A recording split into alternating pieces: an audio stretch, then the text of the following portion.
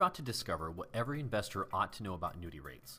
This video reveals some plain talk to simplify annuity rates, which oftentimes sound complicated. During this video presentation, you're going to discover the truth about annuity rate shopping and what annuity rates really mean to your retirement. So thank you for taking a positive step towards a more financially secure and comfortable retirement. The more informed you are about the numbers inside of annuities, the more likely you are to purchase the best annuity contract for your needs.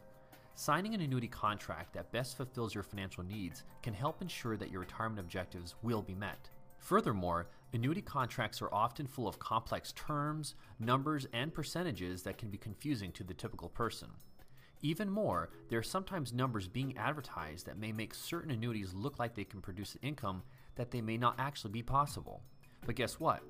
With simple math and by asking the right questions, you can easily discover the number that really matters when it comes to your annuity contract, but more on that in a minute.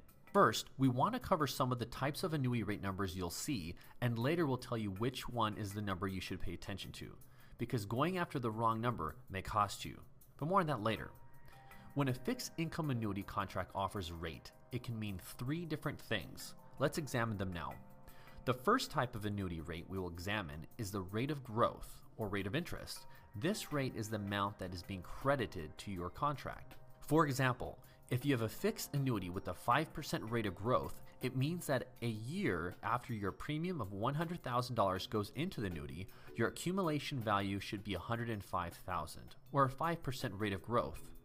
A fixed annuity allows you to leave your money there for a certain amount of time in exchange for a fixed rate of interest. Now let's look at a second type of annuity rate, the income rider growth rate on a fixed annuity. An income rider is an additional option that you can purchase to modify its performance in your favor. This growth rate is not the rate your account number actually grows by, but a separate number that the insuring company will use to help calculate your payout. This amount is not available as cash to withdraw, but does have an influence on the amount of income you receive each month. The third annuity rate is the payout rate. This is the percentage or rate of value of the income rider, and it determines the amount of income you'll receive each month. No single one of these rates will determine the effectiveness of an annuity. For example, let's say that an annuity from insurance company A has an income rider that increases by 5% compounding. If this annuity started with $300,000 and we wanted income from it in 5 years, the value of the income rider would have increased to $364,562. Insurance company B has an income rider that increases by 6% compounding. If we started this annuity with the same $300,000, the value after the same 5 years would be $378,743. Which account pays the most? That will now be determined by the payout rate. If a company A with a value of $364,562 has a payout rate of 5%, the resulting annual payment would be $18,228 or $1,519 per month. Now company B with its value of $378,743 has a payout rate of 4.5%, which means the payment would end up being $17,043 per year or $1,420 per month. The moral of the story is that bigger numbers don't make better results. In our example, the number that matters most is what we call the rate of cash flow from the annuity, and that's the number that you should ask about and focus on.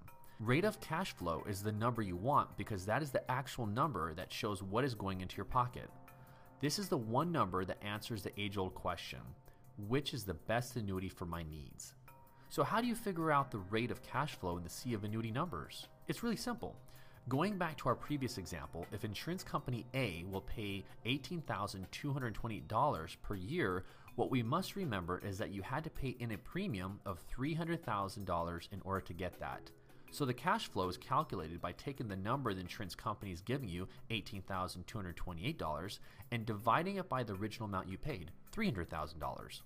So in our example, $18,228 divided by $300,000 is equal to 0.06 or 6% of the original premium you paid in. The cash flow from each original dollar is 6%. Now company B will pay $17,043.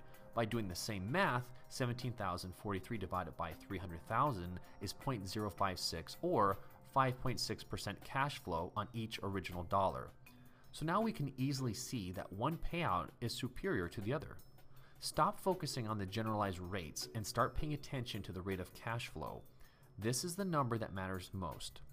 At Annuity Angel,